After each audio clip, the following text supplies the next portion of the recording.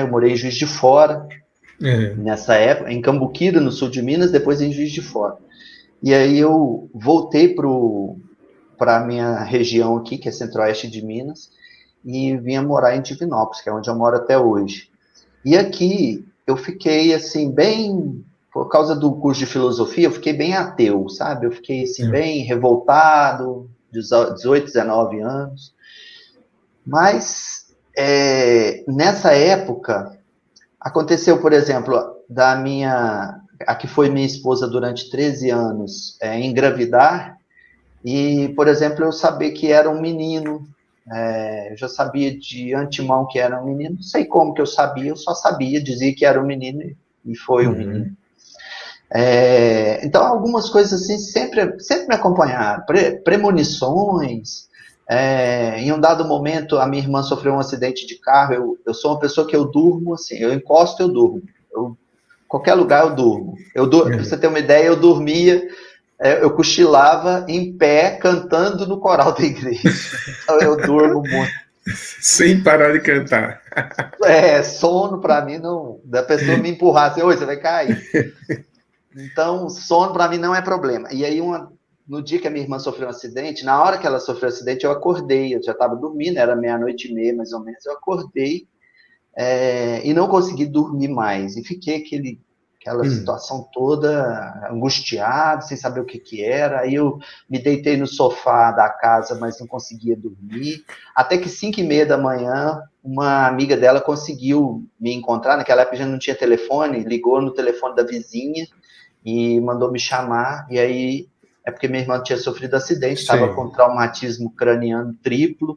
E Nossa. o motivo de eu ter acordado, acho que foi por isso. Então, algumas coisas assim sempre aconteciam. E a mediunidade eu tinha deixado de lado. Falei assim, não vou mexer com isso mais não. Porque esse trem tá dando problema demais, vou esquecer isso. Só que mediunidade é assim, você abafa ela um pouco, depois ela retorna. Nessa época, ela começou a retornar.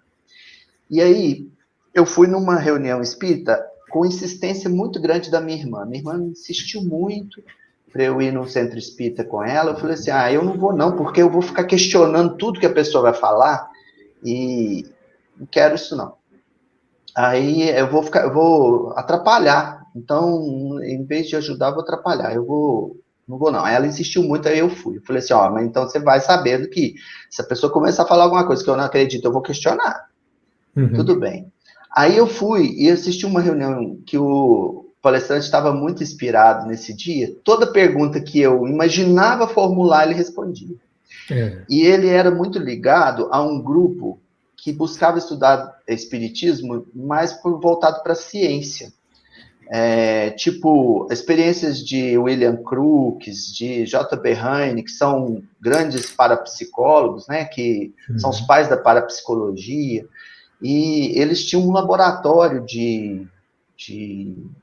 com câmera Kirlian, com aparelho de medir campo biomagnético, modelo organizador biológico, né, que é outro nome que o Jorge André dá para o perispírito, né, um nome Uhum. científico que ele dá para o perispírito, um autor brasileiro, modelo organizador biológico. Então ele falava de todas essas coisas. Aí eu fiquei interessado, falei assim, não, esse espiritismo eu gostei, esse eu quero, porque é Uhum. algo mais racional, né?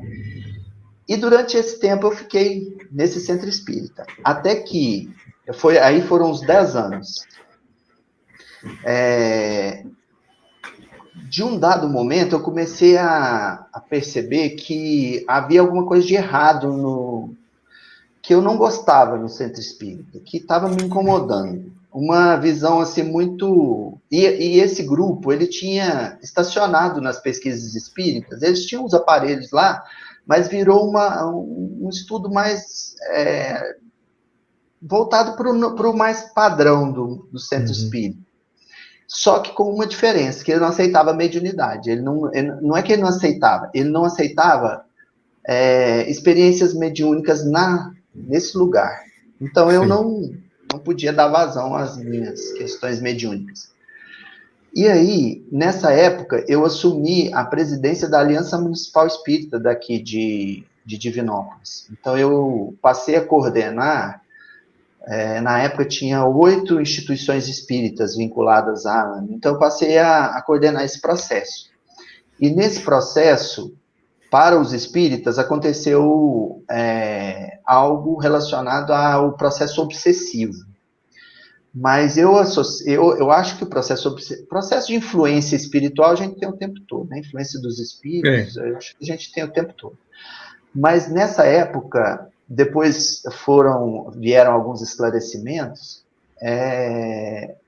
eu fui assediado por um grupo de vingadores que já estavam me procurando há muito tempo e não tinham me identificado porque achavam que eu estava desencarnado. E acharam eu encarnado. Descobriram que era eu. Mas assim eles queriam se vingar de você? Se vingar de mim. E nessa época eu me afastei desse centro espírita que eu tinha muito vínculo, e isso mexeu muito com o meu lado psicológico, porque eu tinha um vínculo de afeto muito grande pelo coordenador do centro, e a gente se desentendeu, a gente se ofendeu, nós nos desentendemos nessa época, porque ele tinha uma visão em relação à administração da Aliança Municipal Espírita, eu tinha outra, a gente se desentendeu sobre isso, e alguns amigos meus que frequentavam esse centro também já tinham se afastado, e aí a gente, por causa desse desentendimento, eu já estava assim com alguns conflitos, então acho que foi um gatilho, né, para essa aproximação desses espíritos. E então eu estava numa reunião dessa Aliança Municipal Espírita, tinha vindo a uns médiums de Belo Horizonte, inclusive tem um médium bem conhecido em Belo Horizonte chamado Vanderlei Cardoso, que é autor de vários livros, e o pessoal do Hospital Espírita André Luiz, alguns que frequentavam as reuniões do André Luiz estavam nessa reunião, e era uma reunião que eles fizeram uma reunião mediúnica para pedir orientação para o movimento espírita de Divinópolis, né? Que os espíritos dessem alguma contribuição, o que a gente podia fazer e tal. E nessa reunião eu fui atacado por um desses espíritos, me incorporou, né, em mim, e eu não conseguia me controlar. E aí foi uma crise...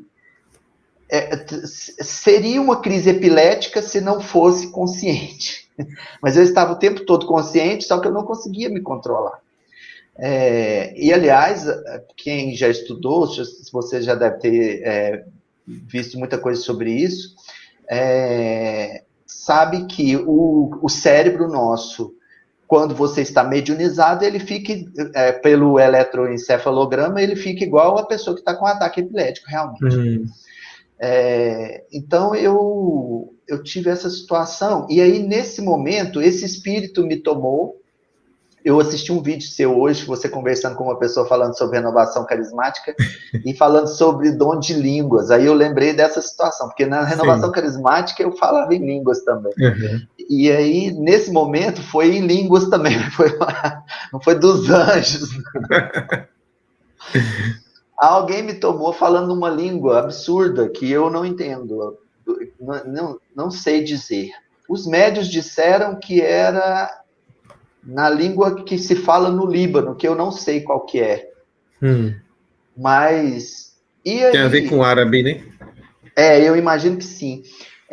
E aí eu falava nessa língua e manifestou um outro espírito em outra pessoa falando na mesma língua, e os dois dialogando, e aí esse outro espírito foi convencendo esse que estava comigo a se acalmar.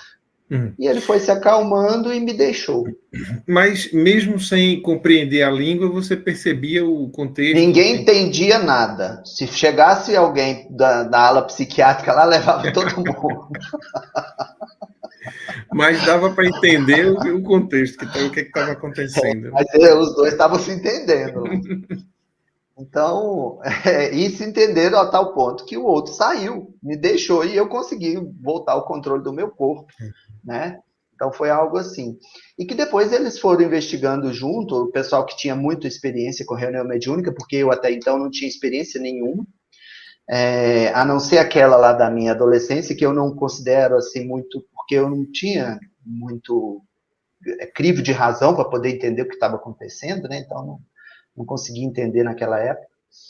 E aí, nesse momento, eles me falaram que eu tive uma encarnação na Roma Antiga, bem na época dos reinos ainda, bem lá atrás, no começo de Roma, que eu tive uma outra encarnação, eles falaram, eu não tive acesso a nada disso, uma outra encarnação no período em que houve um desentendimento entre Roma e os...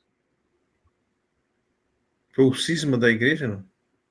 Não, foi ali logo depois, perto do nascimento do cristianismo ali, eles teve uma, não sei se são os, eu não lembro, agora fugiu o nome. É um povo antigo também, que teve uma rixa com Roma e que Roma ficou, foi perdendo poder. Foi na época que o Império Romano começa a cair. Sim.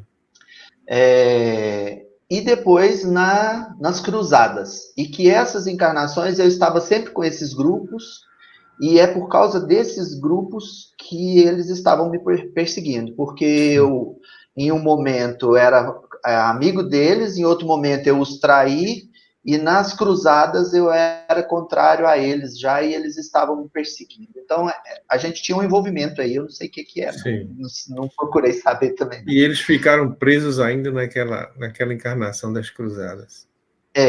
Isso foi o relato deles. Eu não vou descredibilizá-los, porque são médiuns de muito conceito dentro do movimento espírita, pessoas muito sérias, muito idôneas, mas eu não quis me fixar nisso, eu não quis me apegar a essa ideia, nem de ficar vasculhando essas questões de reencarnação. Até porque naquela época eu tinha muito medo disso. Eu sempre fui muito medroso, desde a infância, muito medroso. E aí, desde essa época, eu falei assim, agora eu vou ter que desenvolver essa questão da mediunidade, eu não posso ficar segurando mais isso, para eu dar vazão a essas energias ruins que estão me assediando, e também para eu me equilibrar nesse processo, eu vou ter que entender esse processo. E aí, eu comecei, ao lado desses meus amigos, que são meus amigos até hoje, a frequentar o Centro Espírita nas reuniões mediúnicas. E nessa época, foi uma profusão de mensagens, e aí começaram a vir psicografias, eu nunca tinha psicografado antes.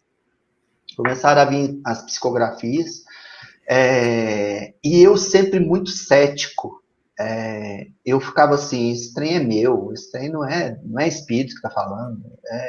E aí, quando veio as psicografias, eu via a mão movimentar sem o meu desejo, e falar palavras que eu não sabia, e falar pensamentos que eu era contrário ao que estava sendo falado, escrever poemas que eu não...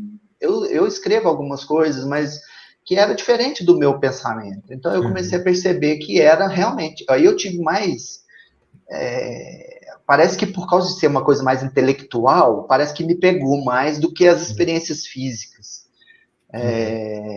Porque a parte física eu sempre atribuía assim, podia ser alguma coisa mais emocional, uma catarse, né? É algo emocional que eu estou pondo para fora do subconsciente, do inconsciente, né? E aí eu estou emocionalmente frágil, posso ter sido influenciado por alguma, né, emoção minha, e por causa de eu frequentar centro espírita, eu estou dando vazão a isso, eu tinha muitas essas dúvidas. Sempre muito, parece que um questionamento constante, né, de isso é real, isso não é, isso, que é bom até certo ponto, mas que engessa, né? Você fica engessado, principalmente para esse tipo de experiência, que é uma experiência que você tem que, assim, solta o barco e deixa a coisa fluir. Senão o espírito não consegue falar puramente o que ele tem que falar, né?